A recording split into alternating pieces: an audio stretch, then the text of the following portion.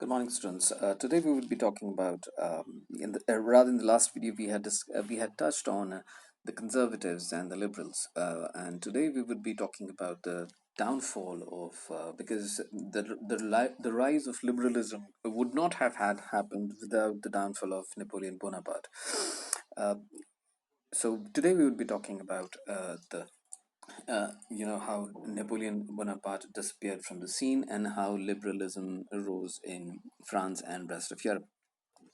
Now, we have seen that, about the Napoleonic Code in 1804 and how passionate he was about bringing, or rather spreading the gains of revolution to different parts of France and also to different parts of Europe, because he always felt that the conditions were the same in different parts of Europe where the peasants didn't have rights, and there was so much of confusion whereby the ruling families, it was just a rule by a select group of people and for a select group of people, and rest of that is 98% of the population was left to remain impoverished for the rest of their lives and for the rest of the times to come. Now, we had also discussed that there was a lot of resistance to the zeal of or the spirit of Napoleon, with which he wanted to bring about reforms in different parts of Europe. Now, but no one could stop him because Napoleon, one battle after the other, one battle after the other, he kept defeating his opponents. Okay, and he was literally unstoppable, and nothing could stop him from becoming the most powerful man in Europe. And if you are the most powerful man in Europe, none of the European kingdoms and the kings or the kings, queens, or the princes could oppose Napoleon Bonaparte. But Napoleon, he made certain great errors. Now, once he had actually brought the whole of Europe under his influence and control, he now started setting his eyes on Russia, because he felt that the Russians always used to intervene in the internal matters of Europe, and they always were major players in the internal politics and the social life of Europe. So he thought that though Russia was kind of slightly not considered to be part of the mainland Europe, Western Europe, but it was definitely a major player. So that the Russian king had to be taught a lesson, and that's what Napoleon did in 1812. He invaded Russia.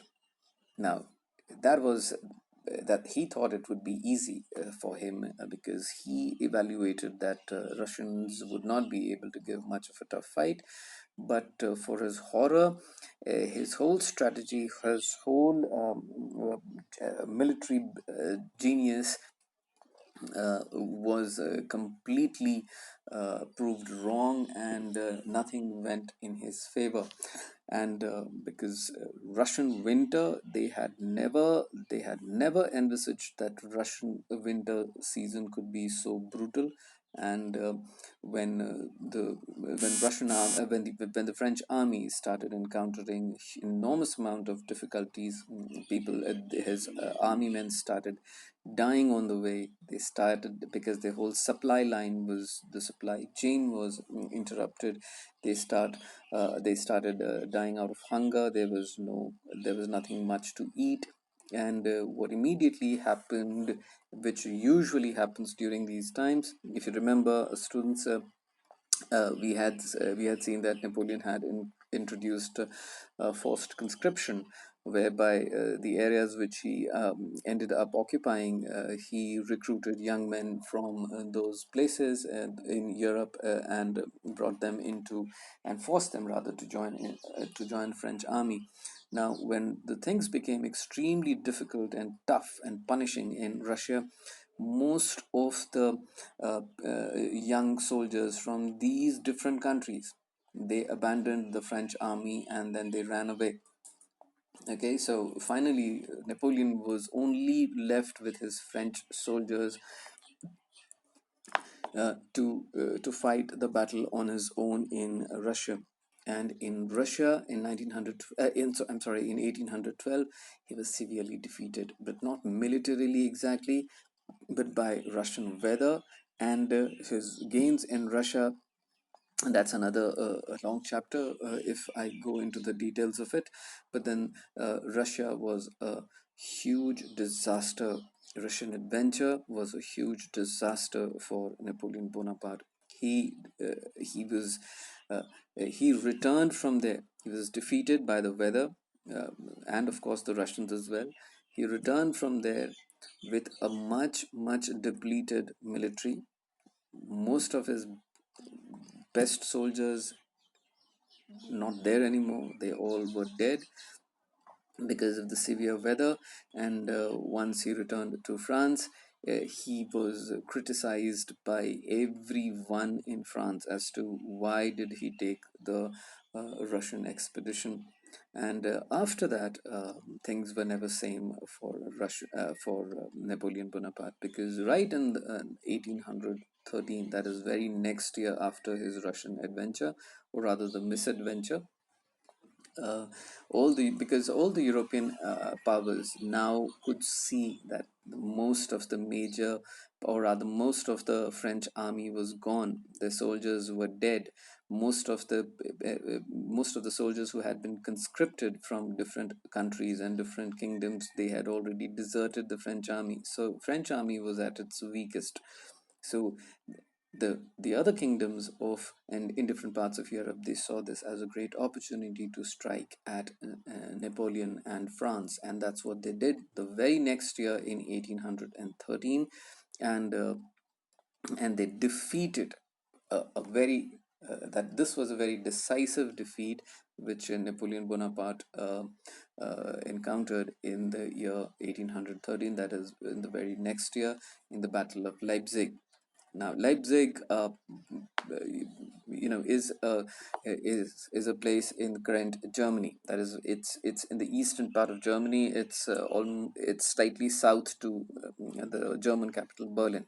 Okay, it yeah, it's central part of Germany exactly.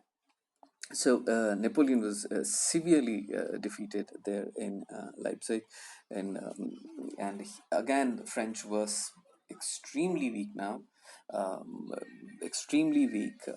The national coffers, that the treasury was literally empty. Soldiers at their worst spirit, and his own charisma and charm and his invincibility, that Napoleon Bonaparte could never be defeated, all that had been tarnished. And something then again in 1814, because now the German powers had been so emboldened that in 1814 they just attacked Paris. Now this was not about a battle or a fight in some other part of Europe, but now they were so emboldened, they were now so confident of their victory, because they knew that the French army and the French treasury was at its weakest, at its lowest. Napoleon's spirits were at his lowest, and they attacked Paris. Napoleon's army was defeated again, and for the first time in his career, Napoleon was now kicked out of France. Okay, he was banished and he was exiled in the island of Elba. Okay, in the island of Elba, and Elba is a Mediterranean island. Exactly, it is. It's very close. It's in the. It's in. It comes under Italy. Okay, it comes under Italy, and that's where he was exiled.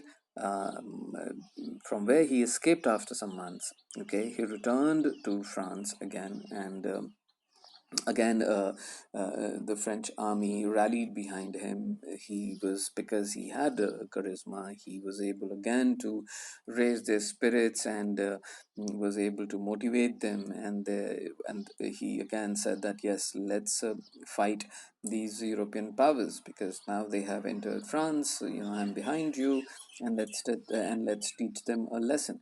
But then French army was not what it was a few years ago, and he was again defeated by the European forces, and this time he was exiled in not anywhere in Italy, but he was exiled in the island of Saint Helena.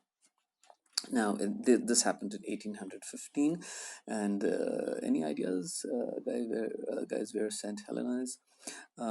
Saint Helena happens to be an island which is in the southern Atlantic. Okay, it is on it's in the western part of African continent. If you actually look at the southern tip, that is of Africa, that is South Africa. It's slightly northwest of South Africa. That is the island of Saint Helena, and the Saint Helena Island was always a very important island for the trading ships who used to go from South Africa to Europe, and for the trading ships who used to go from India and the Asian subcontinent towards Europe. So all the ships used to stop at St. Helena, okay, for their rations and to buy stuff, to again get the water supplies from there, because by the time they used to reach there, the water supply would be exhausted.